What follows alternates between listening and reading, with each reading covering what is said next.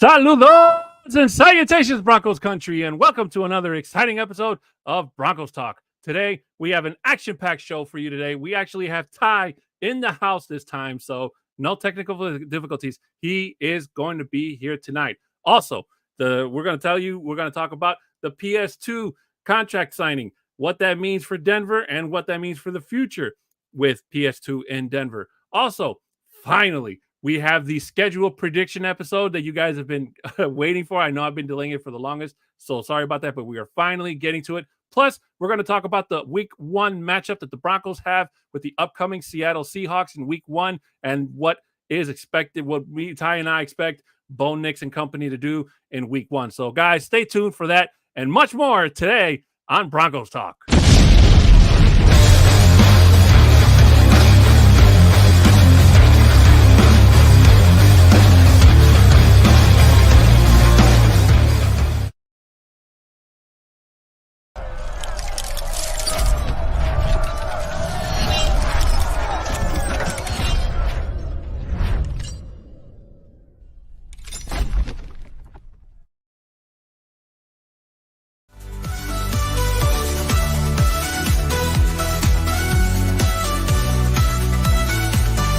Broncos talk, let's rock, feel the energy rise. From the microphone to the fans reaching the skies. Every episode a thrill and surprise. For the love of the game, we harmonize.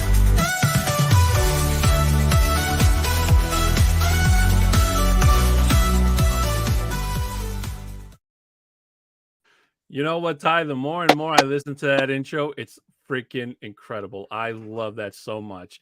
It really is. Me Great. too. But thank you guys so much for joining us. It's always a pleasure to see you guys here on the show. As you know, we are live. That's how you know that I can't edit what you just saw out, which is incredible when you do live stream, you know. But anyways, guys, thank you so much for joining Ty and I. This is Broncos Talk. I am your host, Adan Diaz, at a 6'10" Mexican on X/Twitter is where you can find me. And my co-host to my right is Ty Y, the fantasy guy. Ty, how you doing today? I'm all right, Don. Excited. Football's around the corner. Starts tomorrow, and then our game Sunday. So I'm very, very excited. So am I, my friend. And we have a lot to talk about on today's show. By the way, Ty, we really, really missed you last week, man. But Yeah. like I told you before the show, the important thing is that you're safe and that you're here. So thank you so much for being here with me today. But before we get to anything Broncos talk, guys, as you know, we got a couple of things and messages we got to get out of the way first. If you are listening to us after the fact, please make sure you hit that like, subscribe button, wherever it is you guys get your audio podcast from, Google, iHeart, Spotify, Amazon. I know the show is on Amazon somewhere. You just have to Google it or look it up or whatever. So please make sure you hit us up there. Hit that subscribe button so you get live notifications whenever you guys, whenever live shows go up. So you guys always are in the loop and you never miss out on anything. For any business inquiries, you can email at broncostalk2020@gmail.com. For me, as I said just a few minutes ago, you can hit me up on Twitter at @6'10Mexican. I'm always down and happy to talk about any and all things football. And of course, got to give a shout out to, oops, that's not the right one. Got to give a shout out to the OBN network. Yes, ladies and gentlemen, the Orange and Blue network. Make sure you subscribe, share, comment, and like to make sure you guys, as I just said, get live notifications whenever we go live. So you never miss an episode and you're always caught up to speed because we have a lot of great shows coming up down the pipeline for you guys. And as always, you never miss this show and the Nothing Rhymes With show with Isaiah and Johnny Baki and the rest of the gang. Also in partnership with MHRT. So please make sure you subscribe and share and comment and like them as well, because this is a dual podcast, dual live stream, guys. So we are on live on two different channel networks at the same time. How awesome is that? I ask you, you know, and it's great. Of course, it's so good to be back on MHRT and get to hang out with my good friends Mundungus and Glenn. Well, actually, I haven't actually physically hung out with Mundungus, but I'm pretty sure I'm going to run into him at one of these Broncos games sometime. So make sure you guys hit them up and follow them and subscribe on all of their channels as well. And of course, today's show is brought to you by Dubby. So Dubby is a great, great sponsor to the show. We are so thankful for them. And you might be asking yourself, what is Dubby exactly? So I'm going to tell you. Dubby is something special, of course. It was formulated to give you focus and energy with no jitters or crash. Their formula contains vitamins, amino acids, and nootropics, including the patented neurofactor formula. It also contains no calories, no sugar, no maltodextrin. I hope I said that right. No fillers, and no artificial colors. Now, as somebody who drinks energy drinks, not every day, but on mostly on weekends or whenever I just need that kick, I really need to get a hold of this stuff myself because they always say energy drinks are not good for you, regardless of if you even drink the zero sugar ones. But I'm telling you guys, I'm gonna get on this, and I hope you guys join me as well. So make sure you guys go and get your special Dubby. So thank you so much for being a sponsor of Broncos Talk and on the OBN network. So with all that said, ladies and gentlemen, let's see who we have here in the comments section. Dreamweaver saying, "What up, fellas? PS2 finally paid like the best player at his position." Ty, we were just talking about this just before the show. Why don't you give your thoughts as to the contract signing of PS2? Well, my thoughts are, I'm ecstatic. Like me and you were just saying, you said you were arguing with a Bears fan saying that he said Fields was the best pick and we got the best player available. But my biggest worry was with the jerseys. Like I said, I didn't want to get rid of another jersey, and here I am. He's extended 4 years. We have him until 2029. Yeah, it won't kick in until 2026.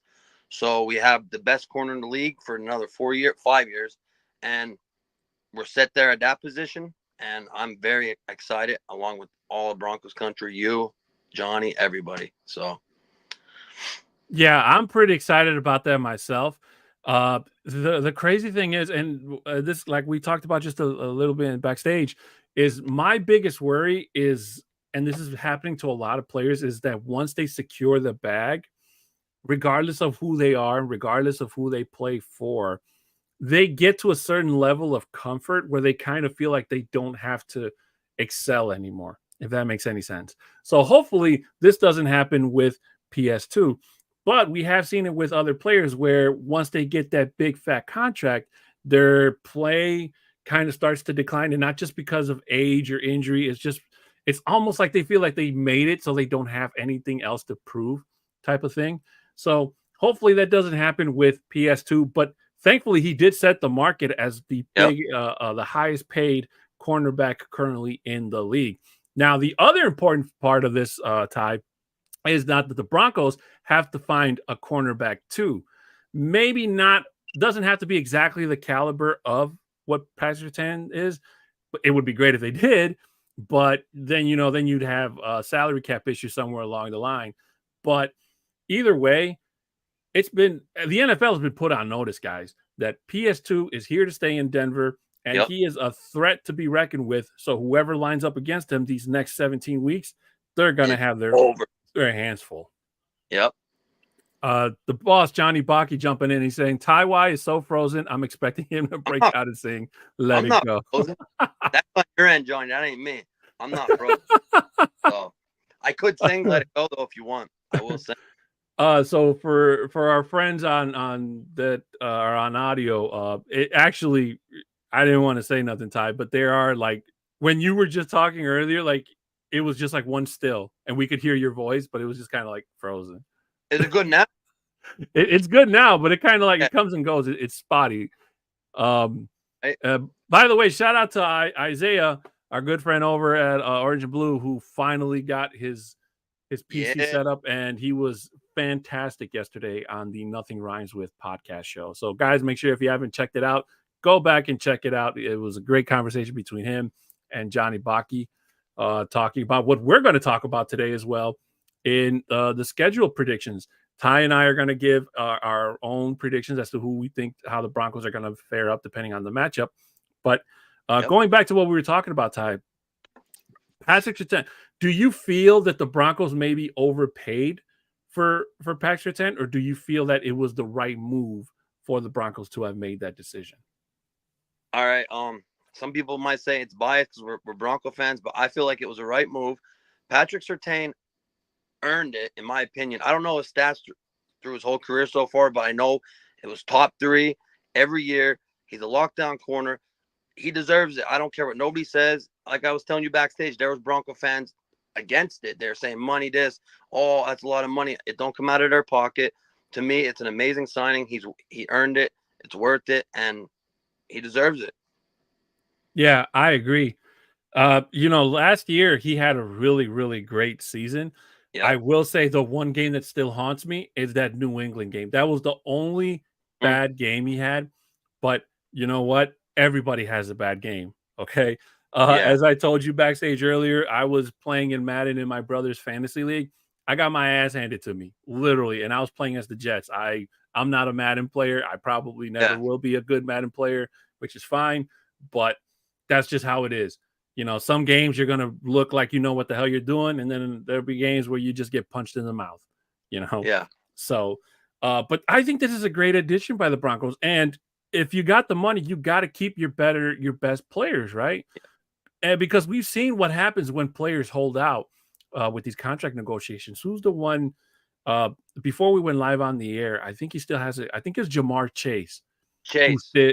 Who's still holding out from the Bengals. So I'm not saying he won't suit up week 1, but if you have that animosity going forward, Yeah. this is like not the best time for there to be any any friction or animosity with any of your players, because you want everybody to play to their best potential and not to hold off or cut or hurt the team just because of money. So if I'm not mistaken, I think he's the last one out of like players that need a contract, and then everybody's all hunky-dory. But I think this is great. And the fact that the Broncos were able to make this signing with, the big cap hit that's coming, or that we're already feeling with the whole Russell Wilson thing, is just like it's fantastic, because I probably would have never thought it would have happened this year. I thought it maybe would have happened like maybe next year. That's what people were saying. But you got also with that rookie quarterback contract, so that helps out a lot. Russ's contract does hit, but that rookie scale contract, that helps out a lot for them to be able to do that too. So yeah. Now, what we have to remember here, guys, is that, taking the orange and blue colored glasses off for a second, this isn't the first time the Broncos have paid big money to a defensive player.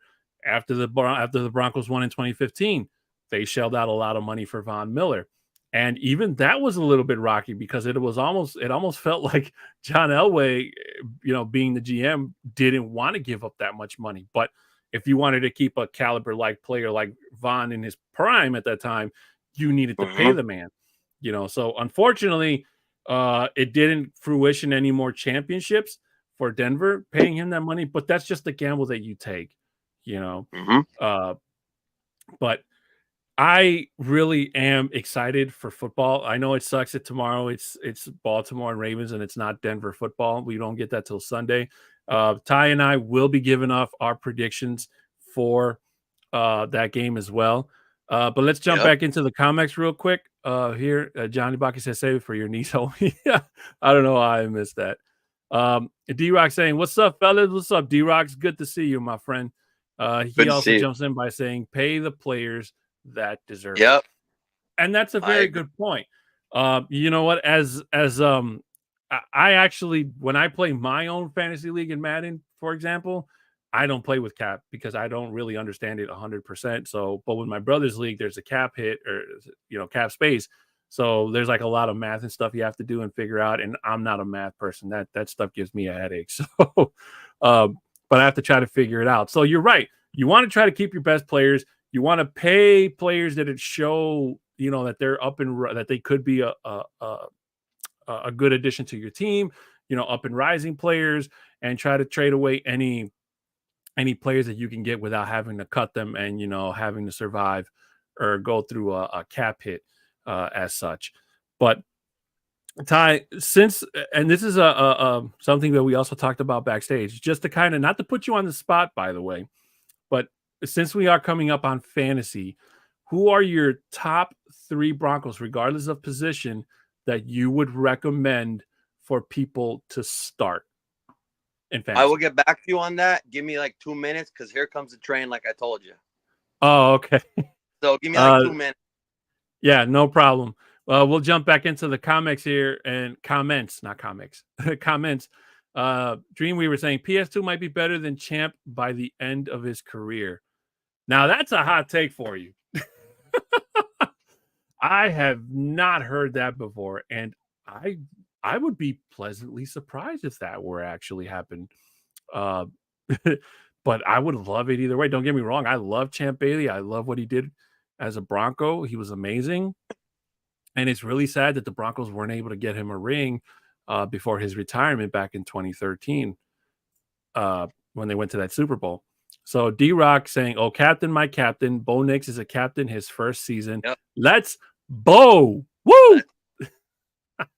Ooh, Yeah, that's exactly right, man. Like Bo Nix is a captain for the very first season. Now, I will say, I did have a bone to pick with some of these people that just I read a couple of blurbs of people that they do the stardom sit 'em for different fantasy groups, and a lot of them when they were talking about like defenses to play, they said most of them said to start the Seattle defense because yep, Bo Nix is a rookie, and although he had a great preseason, that Bo Nix was more than likely going to struggle because he's a rookie. I wouldn't say he's going to struggle. I think he's going to do good. I think he's going to do better than what we had with Russell Wilson last year. definitely. Now I will say he's every game is not going to be, a Tom Brady ish, I guess you could say. But there will be times where he shows flashes and he's going to learn things as he goes. So while this season in general might not be his best, it's definitely going to help build to what can be something good later on down the line in the future, you know. So and right now to me, just not to get ahead of myself, but the Seahawks they're in a whole bunch of just like they're all tangled up in all types of ways, man. Like they really don't have any direction, and they're in a really really tough division this year, Ty. Yeah. Yep, I agree. Like I said, with Seattle, as long as with Bo Nix struggling, yeah, he's gonna struggle. He's a rookie. All rookies struggle. But one thing with this, with Broncos country, I noticed on all the apps I'm on, when a player struggles, even when he's a rookie, everybody wants to give up right away, right? Mhm. This year, they can't do that on Bo Nix. He's gonna have rough games, like you said. He's gonna throw interceptions. I hope he don't, but he's gonna. You know what I mean? He's gonna get sacked. You know what I mean? He's gonna lose yards. It happens. He's a rookie. But from what we've been hearing from the players, what I've been hearing, Javonte Williams said he learned that playbook faster than like he should have. He's a smart Mhm. player. I think he'll be fine. There will be struggles. Every player struggles. Peyton Manning struggled. You know what I mean? So Right. it's gonna happen, but he'll be fine. I think he's gonna be fine. He had an extra 2 years in college, and he's really smart. So I agree. Uh, the boss Baki jumping back in. He's saying, "Imagine being PS2, getting both your contract extensions that makes you the highest paid cornerback in history, and getting named team captain on the same day. What a day for PS2!" And I couldn't agree more. The boss is right. Like it's a great day to be Patrick Surtain the second. So D Rock jumping in saying Knicks, Sutton, and McLaughlin / Watson. You know what? I totally forgot about Watson there for a second. yeah, And he also says PS2 is having a great day. So hmm going back to what we were talking about earlier here, Ty. Who are hmm your top 3 players that you recommend Broncos country start this week against the Seahawks? well, I love fantasy, right? I've been doing it over 10 years, and if against the Seahawks, if I had to pick three, I actually in our league. I don't know. Are you in our league? No, You're not in. not this year. All right. Well, anyways, I actually just traded Keon Coleman and Najee Harris for Javonte and Curtis Samuel. Right, we made like an even trade. I wanted Pookie for the first reason of that is I think he's gonna have a breakout year because it's a contract year for him, right? Mm-hmm. Barring injury, I think Pookie's gonna have a big game this Sunday. I would definitely start him. Receiver, I would probably, believe it or not, I would probably start if I had him, Cortland Sutton and probably Marvin Mims. I think Sutton's going to have a big game. I think Nix is going to look for him a lot and try to hit Mims if he's in the slot. Because also Josh Reynolds is out there, but I don't know if I would start him this week. See how how he plays a little bit. But it would be Mims, Sutton, and Buki. Man, you know what? I have Javante on my fantasy team, so I'm starting him. I'm definitely starting him as well. Me So, too. guys, it's time to move on a little bit. Before we do, Avatar jumping in saying, "What's up, Broncos country and Bo Leavers and PS2 for life." Thank you so much for joining us, Avatar. It's always great to see you in the chat. D-Rock saying, "I can't speak for the entire Mile High Maniacs, quote unquote, but Nix is going to stumble, fumble, and fumble, but we have his back." And you're right. He totally is. He's gonna make mistakes as a rookie because one of the hardest things to do is going from college level play to NFL level play because you're playing with the pros, you're playing under different rules, so it's up to the rookies themselves, regardless of their position, to adapt to their new environment and adapt quickly and learn from their mistakes. Okay. So by the end of the season, we're going to know which rookies kind of look like they know what they're doing, who's looking like, even though they might not win Offensive Rookie of the Year, that they're definitely candidates are on their way to something better. And then, of course, you have your players that just kind of look like they shouldn't have even been in the draft at all.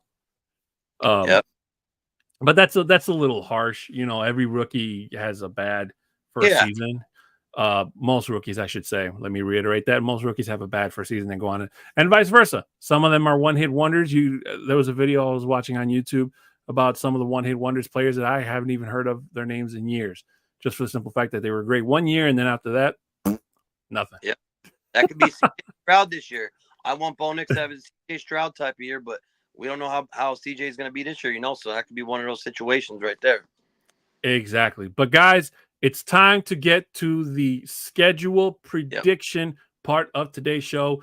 Ty and I are going to go down the schedule. We're going to give our predictions as to how we think the Broncos are going to fare in their matchups for that week.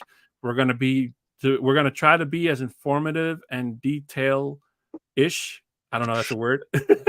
as we can. And then at the end of the season, it'll be interesting to see which one of us was closest to the actual end of what it was. And we'll predict if the Broncos make the playoffs or not. But to be honest with you, I think, don't say anything, Ty, but I think me and you are going to be on the same boat on that one when we get to that point. Yeah. So let's start with week 1, the Seahawks and the Broncos. Ty, who are you taking? I'm taking, obviously, the Broncos. I think it's a revenge game for when Russ played his first game for us. I think as long as we stop Kenneth Walker, even though I have him on fantasy, but as long as we stop Kenneth Walker and PS2 obviously shut down DK Metcalf and Tyler Lockett might be injured for the game, I think we win that game, and we have to stop Geno from throwing those floaters like he did when we played him when Russ was with us.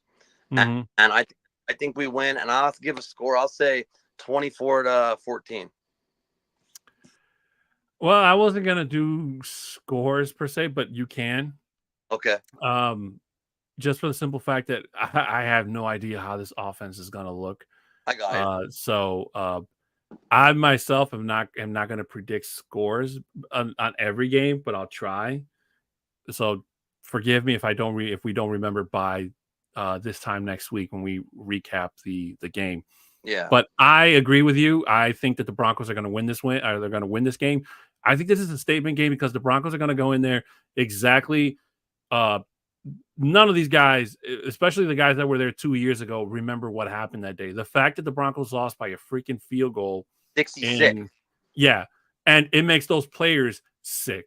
Okay, so even though we're going in there without Nathaniel Hackett and without Russell Wilson and without a couple other key players, best believe that the remaining players there are going out there to win a football game. Now, I will say that the Seahawks defense does worry me a little bit because they still have some of the key pieces that they got from the Russell Wilson trade, Witherspoon, and I can't think the name of the other guy off the top of my head. But there's something about Geno Smith that's just kind of giving me like off the off like he's kind of off. Like he had his great comeback season, that was great, but last season it wasn't that great, and I don't think he's going to be in another great position without Pete Carroll. And as I said earlier, he's in a division with the Cardinals, the Rams, and The Niners. the Niners. Thank you, couldn't think of it. So they're probably going to end up, if I had to guess, they're probably going to be at the bottom of that, just for the simple fact that those teams, maybe they can contend with the Rams, but Matthew Stafford, I think he swept them last year, if I'm not mistaken. Yeah, so, he did. Yeah, so they might be in the basement for a while in that division. So moving on to week 2, the Steelers at Broncos. Ty, who you got? I'm saying win because I know we're going to win this. We're at home. Russ is starting. I think there's going to be a lot of pressure on him because he's going to want to go out and prove something to the Broncos organization, especially being at our place, right? And I have a lot of Steeler fans as friends, and I'm sick of hearing them saying that they robbed us, all blah, blah, blah, whatever. And I said, we need to win this game. And like I said, with the score, I'll just say 20-14.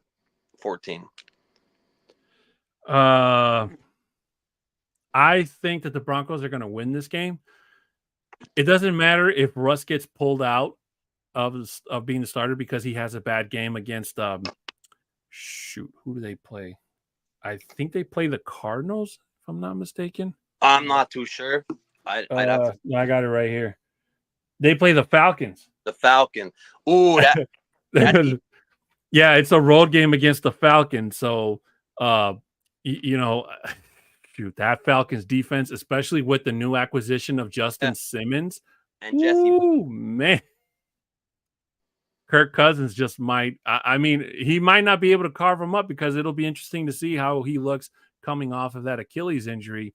But I think he can do just enough to beat the Steelers defense. But to kind of piggyback off of what you said, I think this is kind of a revenge game, quote unquote, as a lot of people are going to be putting it next week against the Steelers, against Russell Wilson.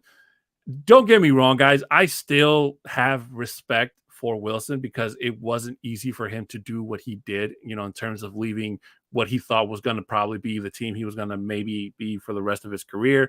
Didn't work out that way. And granted, 2022 was a really crappy year for him, probably the worst in his entire career so far. Last year had its ups and downs, but I'm going to die on the hill where I say if he'd have been put in that Raiders game and the Broncos weren't so worried about money in terms of paying him his injury settlement or whatever the frick that was, then he more than likely would have gave the Broncos a better chance to win that game instead of Jared Stidham. But I think that the Broncos make a statement. They have to make a statement at home because it just if the Broncos can start 2-0, that would be a very, very impressive feat as they continue to go forward in what's going to be a very, very tough season. Yep. So moving on to week 3 at Tampa Bay. Ty, what do you got? I have a loss here. I feel like in Tampa, right? You said it's at Tampa? Correct. I don't know. Something about Baker Mayfield. I don't know. He had a great year last year. I feel like Baker Mayfield, I want us to draft him at the time when he came out of Oklahoma. I feel like he can still play. I have Rachaad White also on fantasy, but he's a great running back. Mike Evans and Chris Godwin healthy. That's a deadly duo. They got a decent defense. I mean, they did lose Devin White and all, but I think we lose that game. And I don't have a score for that, but I think we lose that. Yeah, I also have the Broncos not winning that game. You know what? And of course, guys, when we say the Broncos lose, I think I speak for Ty on this. If they can prove us wrong and win, that would be fan-freaking-tastic, okay? But go ahead, Ty. I was just going to say, I'm just being honest here. I'm not one of those sugarcoating everything just because I'm a Broncos fan. We're going to be 17-0. I'm going by what I think, what the teams they built this offseason from what I've seen. I'm going off that and what I think is going to happen. So I'm not sugarcoating nothing. I love my Broncos forever. So me too. but we have to be realistic, guys. As much as Yeah, we would love the yeah, Broncos to go 17-0, yeah. this isn't a Madden simulation game. Yeah. So we have to be realistic on some of these matchups. But again, if they can prove us wrong, I would not be angry, and I will be more than happy to eat crow on, on those Me predictions. too. I Um, agree. but to go back to what you said, Tampa Bay, Baker Mayfield, there's just something about Baker Mayfield that I don't want to say he owns Denver, but it's almost like an X factor if you guys play Madden, where it's like when he faces tough matchups, it's like Yep. he gets tougher to beat. Now obviously that didn't come to fruition in last year's playoff game against the Lions, but that game could have went a whole different direction if they didn't get blown out either. So they lost a close one to the Lions. Excuse me. But I just think that Denver kind of gets kind of, I don't want to say punched in the mouth, but maybe humbled. I could see it being a close game, but again, I think that the Broncos are going to lose this one, and they're going to go into Week 4, 2-1. So next one on the docket here, Ty, is the Broncos at the Jets. What do you got? I'm winning. I'm picking W because me and Jay and his dad are going to this game, and we're going to try to go live, and I'm pumped. And we're going to stop Aaron Rodgers as long as we stop him because we don't even know how he's going to play. He got hurt 3 or 4 plays into the season last year. I think as long as we stop Garrett Wilson and Brees Hall, we got that game. And I'm going to be at the game, like I said, with Jay and his dad. So it's an automatic win.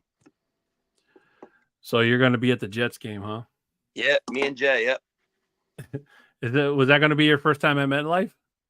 No, it's going to be my second. Every Broncos game I've been to 5, we lost. So I'm breaking that streak this year. Well, I think that this is kind of another quote-unquote revenge game from the Hackett Bowl from last year. And the Broncos were pretty much kind of in contention for a good part of that game up until the ending where it was just terrible, But I think that the Broncos kind of catch the Jets a little bit off guard. Now, the Jets have a very formidable defense still, even without Franklin Myers on their defense. But there's just something, just for the simple fact that they have a lot of catch up to play on offense because nobody's seen Aaron Rodgers do anything in a Jets uniform outside of a drive. that isn't Madden. So I think that the Broncos kind of humble them. I see them winning this game as well. It's also going to be a close one. Road games are always tough to beat. But if the Jets can come into Denver like last year and punch the Broncos in the mouth, the Broncos can definitely go to MetLife and punch the Jets in the mouth. So definitely have them winning this game. And Zach Wilson, he can help us out a little bit with the play calls, give us ideas. I don't mind that just as long as he doesn't call a snap unless the Broncos are up by and the game's out of reach for the Jets. Then I don't mind. Week 5 against the Raiders. Ty, who do you got at Denver? Oh, at Denver, I think we win. Gardner Minshew, I don't believe in him. He's a great journeyman. I mean, great backup. They don't have Josh Jacobs anymore. I truly believe, and I will stand on this till I die, we lost 8 straight to the Raiders only because of Josh Jacobs. If we were able to stop Josh Jacobs in that running game, they would have had to open up the pass game more, and they wouldn't have been passing on PS2. Yeah, he got torched a couple times, but I think he would have adjusted, and we could have beat them in the last – we didn't win a game in the last, 3-4 years. I think we win this week. Like I said, no Josh Jacobs and Gardner Minshew's their quarterback. We win. You know what? I was kind of going back and forth on this one. Like I wasn't sure because the Raiders have a bit of a streak going against Denver. Yeah. Kind of like the Chiefs did. But I see the boys winning this game as well, just for the simple fact that I think that the Raiders are in a bit of a flux with O'Connell. And yes, I understand that O'Connell did beat the Broncos last year. But they kind of, I don't know. There's just something about the Raiders that's not falling with me. Don't get me wrong. Max Crosby and their frontline defense is definitely going to be scary. But there's only the best way to beat a defense is to tire them out, regardless of how great the players are or the team that they play with, So if the Raiders defense is out there being more time on the field than the actual offense, then they're going to they're gonna have a couple of bad days in the office, so to speak. But I think that the Broncos finally break that streak and they win at home. So the next one is week 6 at home against the Chargers. Ty. I think, man, people are gonna say I'm just saying because I think we win. We're at home. We own the Chargers. They don't have a receiver to their name. Their running back is they don't have Eckler no more. He would always kill us in the run game. You know what I mean, catching passes and everything. Mm-hmm. They really have one weapon, in my opinion, and that's Herbert. I mean, he ain't got nobody to throw to, so I think we win that game. And I'm giving a score to that game, 31-10. This is probably a team that's worse than the Raiders and a team that could possibly be in the basement. So I'm going to say win as well. Yeah. And I know that you guys are probably thinking that we're a little bit delusional because so far we've only got the Broncos losing one game so far. Yeah. But I don't think we're that far off in terms of, No. and these are only predictions, guys.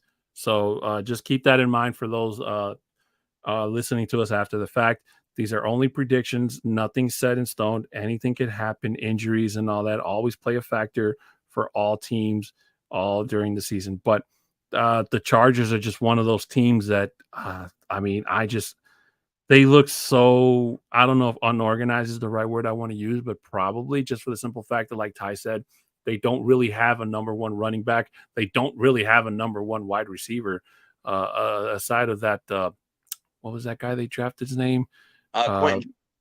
No, not Quentin Johnson. The other one, McCaskey. McConkey. Yeah. McConkey. Thank you. Not McCaskey. McConkey. So, and I think he was dealing with an injury last I heard. So that team might be in a bit of a rebuild. So Harbaugh might need a season to kind of revamp and turn that team around. But the Chargers do face the Raiders this coming Sunday. So it's going to be an interesting competition between those two. And whoever gets that win that doesn't end in a tie is going to really be talking a lot of smack going up to their next those fans. Next matchup. So the next one, Ty, is week 7 at New Orleans. I think at New Orleans. Oh man, I don't know who's starting for quarterback. I heard a lot about what's his name? That rookie. I can't think of his name. It's not Derek Carr. Well, they said the rookie was keeping up with him. It probably will be Derek Carr, but whatever that rookie's name is, I think we lose that game, though. I say we lose that game. I think I don't know. I just think I don't even really know what to say. I think we lose. I think Sean Payton shits the bed that game, and I think Bo has a bad game, and we'll lose.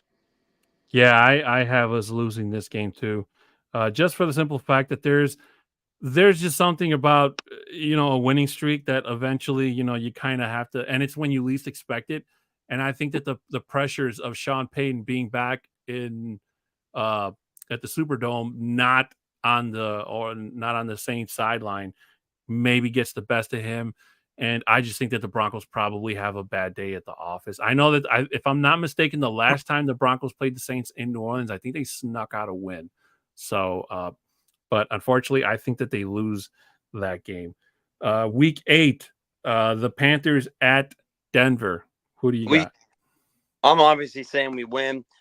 We still haven't seen what Bryce Young could do. They got Deontay Johnson in the offseason, but other than that, they got Jonathan Brooks at rookie. Him and Miles Sanders. Sanders was a bum last year, so I don't know how Brooks will be. As long as we stop Deontay Johnson and Adam Thielen, and I think we'll get to Bryce Young a couple times. I think Nick Bonito is going to have a big game that week against their offensive line. I'd probably say about three sacks, and I think we win. And I say we win 24-10. Okay. I think that the Broncos also win this game. There's just something about Bryce Young that I just don't know. I don't think he's going to get. He has another new offensive coordinator coming in to kind of steer the ship, I guess, and try to make it look like the Panthers didn't just blow their number 1 draft pick on what could be a potential bust. Yep. This is also a game where the Broncos play against Honey Bear, who's now a Carolina Panther, and Lloyd Cushenberry, who's also now a Carolina Panther. Yeah. So this is going to be a nice, how the hell are you? And don't be surprised if they get booed when they come out of the tunnel not wearing orange and blue uniforms anymore. No, I agree. I agree. But I have the Broncos winning this one. Now, the only way I would change my mind on this is if Carolina comes into this and they've completely turned things around and they're actually contenders in that division. But when you're in a division with the Saints, the Bucks, and the Falcons, that's that's a tough hill to climb by week 8. If they got 4 more wins by that, right? That would be 8 wins. If they have 4 more wins, I'll change my answer. But for now, we're smoking them, in my opinion. Week 9 at Baltimore. We lose that game. I think that Lamar is going to be too much to handle. I don't care what nobody says. To me, I'm going to get hate for this, but as an overall athlete and quarterback, to me, Lamar is a top 3 to 4 quarterback in the NFL. They got some weapons. They got a good, decent running back. Their defenses are always stellar. And I think we go in that game in Baltimore. I was going to go to that game, but we lose. And I actually think we lose pretty bad. Yeah, I mean, Lamar Jackson and the Ravens, if they make a statement game, a big statement game against the Kansas City Chiefs tomorrow, that just goes to show you that the Ravens are still, they have a bone to pick with Kansas City. They knocked them out of the AFC Championship game last year, and it should have been them in the Super Bowl against the 49ers.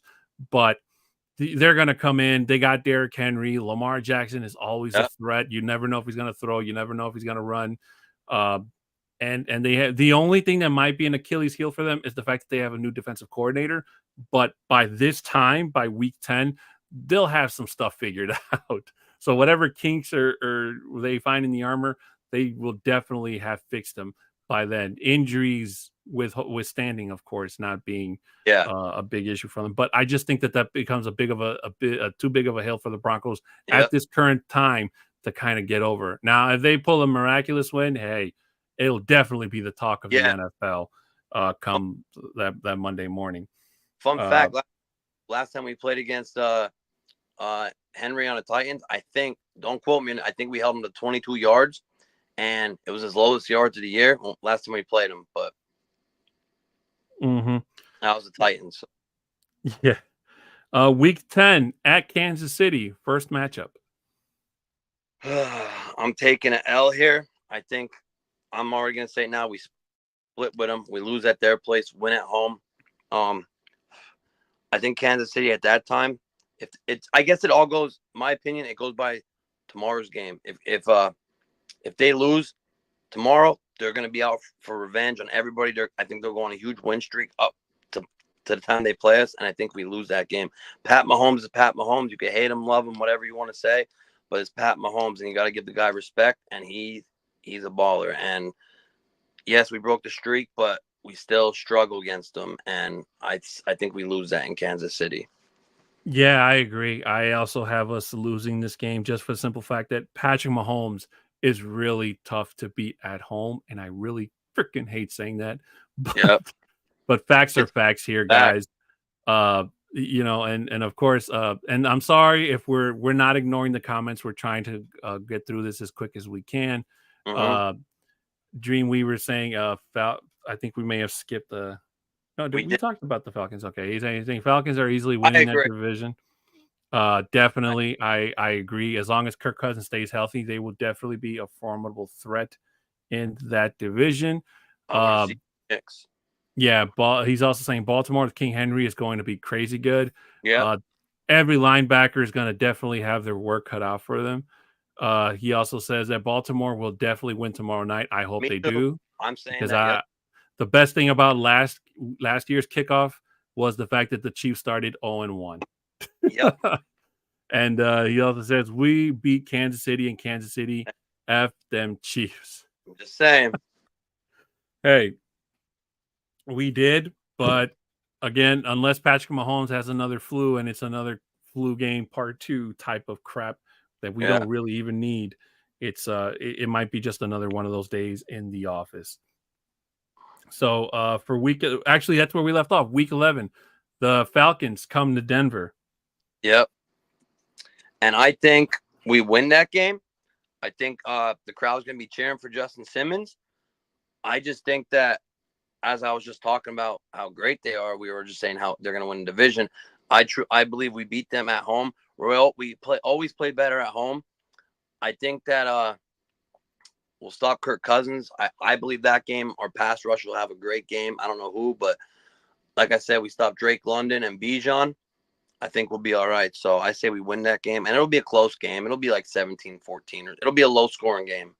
Mm-hmm. I actually have us losing that game. And by this time, the Broncos will be on a 3-game losing streak. They'll have lost to Baltimore, Kansas City, and ATL here. And I just only say that because Kirk Cousins, by this time, should have already adapted to the playbook. That ATL defense on paper looks really, really good and formidable. So, again, I do hope I'm wrong, but this is the part of the schedule where it really gets tough for Denver. So regardless of whether they're playing at home or on the road, I unfortunately have them losing that game. It'll be a tight one, but we don't know. Yes. Out of these games, which ones? I know we only have, I think, 2 or 3 primetime games. Were any of these primetime yet? I have no idea, to be honest with you. Don't say. Yeah, it doesn't say on here. And with the whole primetime thing, that whole thing fluctuates because you have to do it like between 2 weeks. I think it's like 2 weeks ahead of time, depending on which teams are good and which teams are not. So all that's taken into account for. So if the Broncos are hot, they'll get added into primetime slots. If they're not hot and they were in a primetime spot, they'll be taken out of it. So it changes. Yeah. Per week or per 2 weeks or so. Week 12 at Las Vegas. It's the second matchup. I say we win that game. We're gonna sweep them this year. And like I said earlier, no Josh Jacobs. They really only have Devontae Adams. I think by that time, if Minshew ain't playing good, Aiden O'Connell will be playing. I just think we sweep them this year. I think we end the streak fully, and we go 2-0 against them. I agree. I think we also win that game, pretty much for the same reason as the first one. I just don't. I think that by this time the Raiders will probably be in a bit of a downward spiral, I would say. So I actually think that we sweep them, and this is a definite must because I'm tired of losing to the freaking Raiders, and I still have nightmares of of my experience there in Vegas earlier this year with just it was a bad day to be a Broncos fan in Vegas that day. Week 13, the Browns come back to Denver. I have us, if Deshaun Watson's playing and Nick Chubb is all healthy, it's Jerry Jeudy's back. I have us losing that game. And I have it a close game. I think because they have a great defense, a top 5 defense. I think it's going to be, like I said, close. I'd say like 17-14. I think we lose. If we contain Watson and if Chubb's healthy and we contain him, we could win, but I'm predicting a loss here. I'm actually going to go with win. I think the Broncos win this game. And yes, I know last year that they dominated the Browns, but at the same time, it wasn't Watson behind the throwing. It was DTR. Yeah. And if Joe Flacco was just a few days earlier, that would have been him throwing the snaps in Denver. But unfortunately, he had just gotten picked up that like a day or two before they played, so he wasn't able to actually play with the team. And when he played for the Browns following that, the guy went on a tear. So, but I think that Watson, there's just something about Deshaun Watson that we are not whatever he was in Houston, he left that behind when he came to Cleveland. Okay. And this is probably a hot take for you guys in Broncos country. I think that as much as people give us crap about Russell Wilson coming to Denver, that was a giant, waste and, one of the worst trades. I think that the Deshaun Watson trade was even worse than that because the Browns definitely gave up a whole lot more to get Deshaun Watson to Cleveland. and he really hasn't panned out yet. At least with Russell. Russell only missed like what, maybe 2 games as a Yeah. Bronco. Deshaun Watson has missed more than 2 games since he came as a Brown. He's missed almost half a season, and so And and they're still paying him yeah, guaranteed money. 250 million guaranteed. Yeah, exactly. So don't be surprised if after this season the Browns move off and they don't care if Yeah. Deshaun Watson's still in his books. They'll just send him off if it means that they have to start over and just kind of start getting Mhm. that bad taste out of their mouth. And I was a huge Deshaun Watson supporter at Clemson. I wanted us to get him too, of course, but he just hasn't panned out like you said, Adon. So Yeah. And for week 14 is the bye. But yeah. before we get any further, Blitz B Reppin says, "Hey fellas, Blitz, thank you so much for joining us, man. Just kind of get back into the comments before we continue towards the end." He says, "I heard about Mathis on IR, so glad to hear he won't be blowing any coverages this season." Ty, I haven't actually heard anything about Mathis being on IR. He did get put on IR short term. It's I think for the first 4 games. So I mean I could be wrong. Anybody in the chat could correct me, but I'm pretty sure it's just the first 4 games. So looks like we're gonna have Riley Moss, Levi Wallace, and PS2 starting, and then Chris Abrams drained also. Yeah, and then there was another question here that was about let me see if I can find it. Oh yeah, from our friend Avatar. He said, "Could Franklin be an under the radar wide Yes. receiver this season?" Yes, I say yes. And why do you think Well, that is? I think if he's used properly, I think Mims is our punt returner and kick returner, right?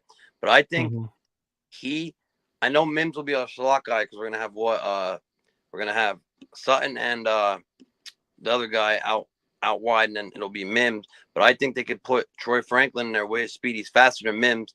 I think that he could have a sneaky season. I could see a good like 35, 40 catches, 400 some yards, and 2 or 3 touchdowns. I could see that under the radar. Yeah, I definitely can too. So after the bye week, we go into week 15 here, Ty, and we face Indianapolis at home. Here's the thing. Last Indianapolis game was disgusting for both teams. I didn't even enjoy that game. It was horrible. Matt Ryan was, I don't know, it was a disgusting game. I think we win that game. We still haven't really Anthony Richardson. I mean, yeah, he played great his first couple games when he was out. They got a couple weapons over there. They got Jonathan Taylor. If we contain the run with them, I could see us winning. And you said that's home, right? So I could see, yeah, we'll get the win there. And I'll give a score. I'll say 24-14. I actually see us losing this game. There's just something about Anthony Richardson where it's almost like watching Lamar Jackson 2.0, if that makes any sense. He had a really good preseason these last 3 weeks, except when he played against Denver.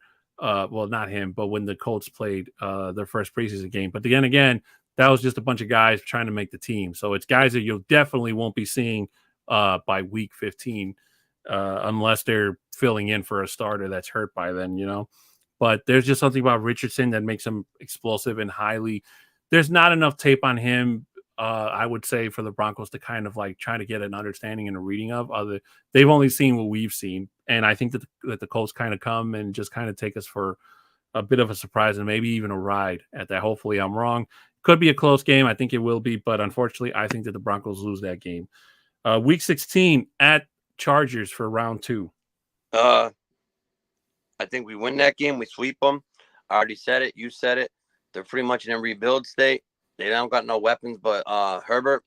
I mean, I guess you could say Quentin Johnson, and McConkey, but that's really it. They got Harbaugh, but we go there, we win. So I get that a W, and I'll say we put up like 28 to like 14. Yeah, I think the Broncos sweep the Chargers too. Just for the simple fact, again, the same thing with the same matchup. And if they're really as bad as we think they are by this time around, they'll probably, I don't know, probably be trying out a bunch of other players, get an early start to the preseason if they're not even in playoff contention by then. Week 17 at Cincinnati. I have us down as a loss for that game. It's in Cincinnati. Joe Burrow's the third best quarterback in the AFC. So I think they got a lot of weapons. Hopefully, now if Jamar Chase ain't playing, if he holds out or something happens there, we could beat them. But if they're fully healthy and no problems, I think Joe Burrow leads the way for them, and we take a loss there. And I'll say 31-24. Yeah, I see us losing that game too, because if the Bengals are going to be as dangerous as they've been the last couple seasons, Joe Burrow at home is really dangerous to play against. Yep. Uh, Especially if they're playing for a playoff spot, which they probably more than likely will be by then. And they'll definitely probably use Denver as an example to tell the rest of the AFC, hey, we're not out of this by any means necessary. And unfortunately, the Broncos are not quite there yet in terms of offensive firepower and like a Burrow and a Jamar Chase per se. And so unfortunately, I see them losing that game. But again, I wouldn't be mad if they win that. Yeah. And then to round things out, week 18, round 2 versus Kansas City at Denver. Well, I said it before. It's at Denver. We win. So, I give a score. I say it'll be high scoring. I say we'll put up probably like 28 to like 21, and I say we win that game. I say we win that game too, just for the simple fact that if Kansas City ends up being in the playoffs again, which just leaves a bad taste in your mouth, Yeah. They'll more than likely not. Yeah, they'll more than likely not play any of their starters. You might not see Mahomes. You might not see Pacheco. You might not see Kelsey and all those other guys. They'll probably take an early bye week just to kind of heal up, and it'll be like an early preseason game for them, I guess. And if Denver has a playoff spot, which I'm hoping we do, we'll definitely make an example out of them just to kind of show the wild card teams that, hey, they're not here to mess around. First, second, third, these boys are going to come in and give whoever they face off hell. But I'm counting up to here. Ty, if you'll give me 1 minute, 2, 3, 4, 5, 6, 7, 8, 9, 10. And you have the Broncos at 11 and 6. 11 and 6. Yep. And I have them at 10 and 7. So we're close. Yeah. So we're just like one win and one loss of like, I can go this way, I can go that way, It's that one where you had the 3-game losing streak, and I had the 2 and the win. So yeah, but I'm really excited to figure out by then to see which one of us is closest to the actual one. Yeah, I wrote it down as well, yours and mine. Excuse me. But one thing that we will both agree on, Ty, is the fact that this team makes the playoffs as a wild card. For sure. So that's all we really want in Broncos country, I would like to say, because we were so close to it last year. Yeah. And that just like that one crappy game against New England just ruined it for everybody. And I blame Johnny and Isaiah for that. So because they were there at the game and they jinxed it. Yep. I think it was Johnny's horns. They probably weren't long enough. Yeah, not long enough. He got sharp. But he did make the I know was on TV, so yeah, I blame them, so it's all but as we get towards the end of the show here, Ty, let's talk a little bit about the upcoming week 1 matchup. I know we did kind of browse on it at the beginning of the show, but what do you expect? Is there any player that you expect to see, not named Bo Nix, because we're all excited about Bo Nix, so let's take him out of the equation. Is there any player that you're excited to see or that you want to see or you think is going to have like blow up, is going to have a fantastic week 1 game? I have 2. And one is automatic for me. PS2 on DK Metcalf. Last time they played, there was a lot of pushing and shoving. The refs let him play. I want to see that matchup because he got paid. Like you said, I want to see if he plays enough and plays good enough that he was worth the money, So I want to see that. And then I want to see how Nick Bonito plays in a hostile environment, as the starter finally. and I want to see him get a couple sacks. I'm excited to see him play. I really want to see Nick Bonito. I'm hoping he gets. I'll even say 2 sacks. I really want him. I really want him to have a shine that game. For me, I would probably say Javante. I want to see a big game coming out of him. I did read that Seattle was one of the worst teams at stopping the run last year. I don't remember what rank they were in, but they were in top as one of the worst teams to stop the run. So Okay. Javante should be able to push his way into the end zone, whether it's Yeah. in the red zone itself, or just just dragging people along like he did at the beginning of his career as a Bronco. I need to see a big game from him Mhm. on the offense. Of course, it's a given that I think we'll see really, really good games between the wide receivers, just for the simple fact that they have somebody that can actually throw the ball to them Mhm. uh, without trying to scramble and buy time, I guess you could say, in the pocket. On the defense, I am a little bit worried about the safety position because I don't think we've seen more than enough of Brandon Johnson to say, okay, we found a good replacement for for Justin Simmons. I think Brandon Johnson only suited up for. I hope I'm saying his name right. The Brandon acquisition. I'm sorry, Brandon Jones. Brandon Jones. Sorry, I don't know why I said You're all right. Johnson. You're all right. Brandon Yeah. Jones. I stand corrected. Brandon Jones. I think we only saw him like once during the Colts game, in that one play drive, Yeah. and then he got hurt. Hurt. Yeah. He might not be ready. I read today. I could send it in the group chat. He might not be ready for game 1, and if not, it's gonna be from what I read, it's gonna be PJ Locke and that other dude Key. From what I Oh read. yeah. So if you don't Yeah. suit up, Now, before I get to the second part, I did read that Caden Stearns was released by, I think yeah, it he was was. with the He, Eagles. So he's gonna pass a physical or whatever. yeah, so maybe the Broncos. I know we did talk about this before, Ty, Yeah. but maybe the Broncos were onto something in terms of Yeah. because we were all up in arms when Yeah. we I found was out they mad. were going to Yeah. cut him. I Yeah, gave we John. all were. Yeah, I gave Johnny his flowers. So I said, "You were right, Johnny. Paint knows what he's doing." So Yeah. So, still, I hope he recovers. I hope no, whatever's me too. bothering him, I hope he Yeah. recovers from it because you hate to see somebody like Caden Stearns, who Yeah. was a really good part of this team in Yeah. years before, all of a sudden not being able to find a home because of a nagging And injury. I love Texas players, man. Texas. I'm a Hurricanes fan, but I love Mhm. Texas players. I don't know why, but I just love them. So I like to see him. I'd like to see him shine somewhere else. Yeah, and then for the defensive part, I would probably say the pass rush. I think that the Yep. one thing that really, really hurt the Broncos last year was a lack of it. Now, I was at that Chicago game last year, and you guys have heard me talk about it a bunch of times, and I'll keep talking about it forever because I really, really love being at that game.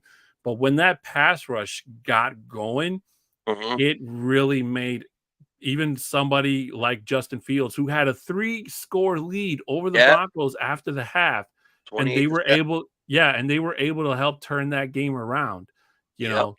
And unfortunately, we only saw that type of pass rush just that one game, Yep. especially after the Broncos literally having their asses handed to them by the Dolphins the week before. So, and that's exactly what we need to go into this year, is that just that relentless pass rush. It's what Denver was used to be known for when Yep. Von Miller was here. Him and So it's DeMarcus Ware. yeah, him and DeMarcus Ware. So it kind of really sucks that when Von Miller left town, what was it, like 3-4 years ago, that all of a sudden, like it's almost like he took the pass rush with him, Yeah. And not to say it's non-existent, because it's not, but it's not the main thing that Broncos were known to raise. Whether you were an outside linebacker, middle linebacker, or inside line, they were made them. The Broncos defense coaches, they always groomed them, and even if they left Denver, they went to go be big players somewhere else, like Shaquille Barrett, who I'm still sad the Broncos weren't able to keep here, but at least he went out and got a ring with the Bucks 2 years ago, and he retired. So congratulations to him, and hope he enjoys a happy retirement to Shaquille Barrett. But if there's anything else you'd like to add, Ty, I think we're about close to the end here. No, I just want to say one thing for the bets. If anybody cares, I think it's pretty crazy here, but I have it written down. It's the over under is 41.5. 86% of bettors took the over, 14% took the under. Denver is at a plus 205. Seattle's at a minus 250. It opened at a plus 180 and minus 218. And 2% of bettors, 2% pick Denver. 98% pick Seattle. So that should be a statement right there. I don't know if they look at bets or not, but I know that would get me fired up. If I was a player, I know it's only bets. I take bets seriously because I bet like every week, college, everything. And that would get me fired up. And I'd be out there to try to prove everybody wrong and make everybody lose money. So. Well, unfortunately I'm not that type of person to bet, so I wouldn't know. I don't know what the over and under thing works. I don't know nothing of that stuff. So unfortunately, I'm not the guy. Quick thing, over under is between both teams. So like when they say over under 41.5, will the score combined go over or under that? That's what that is. Okay, I know you explained it to me. There's somebody at my job who explained it to me, but when it comes to numbers, I'm just a total dunce. I just want to say that last thing that was pitiful. 98% pick that I never seen nothing like that except for in college. I never seen nothing like that. I never seen in the NFL 98% to 2%. That actually kind of angered me. So I'm in that 2% though. So right. Well, guys, that's going to do it for today's show. Thank you guys so much for joining us. We hope you enjoyed our prediction episode here. And Ty, just for those that are joining us a little bit late, who do you think is going to win on Sunday? Broncos or Seahawks? Yeah, no, I'm kidding. Denver. So there you have it, guys. Thank you guys so much for joining us. Before we get out of here, just quick reminder for you guys, please make sure if you haven't done so already, make sure you hit that like and subscribe button for the Orange and Blue Network. Subscribe, share, comment, like on Facebook, YouTube, X/Twitter, wherever it is you guys are watching us. Thank you guys so much. Make sure you share and show your support for this show. Also, in partnership with MHRT Network, please make sure you subscribe, share, comment, and like them on their page as well, because as I stated to you guys earlier, this is a simulcast. We are on the air at the very same time on both networks. It's a very awesome thing. So regardless on which network you're watching us from, or if you're watching us on YouTube or Facebook, make sure you guys like and comment and share so that other people may also join us here on the show.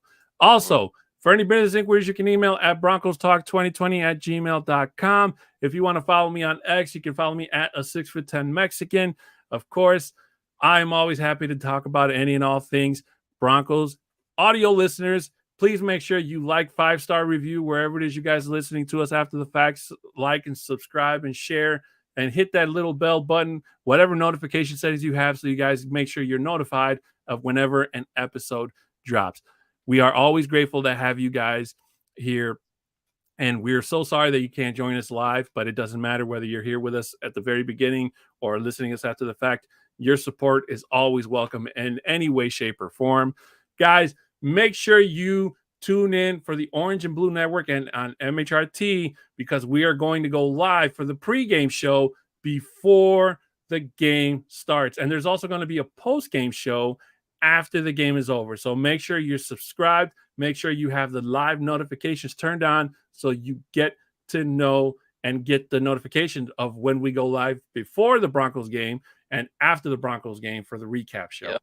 So if you don't have those things turned on, you're not going to know when anything goes, and you're going to miss out on some really, really awesome content. So, Ty, do you have anything to add before we get out of here today? No, go Broncos, and let's get it.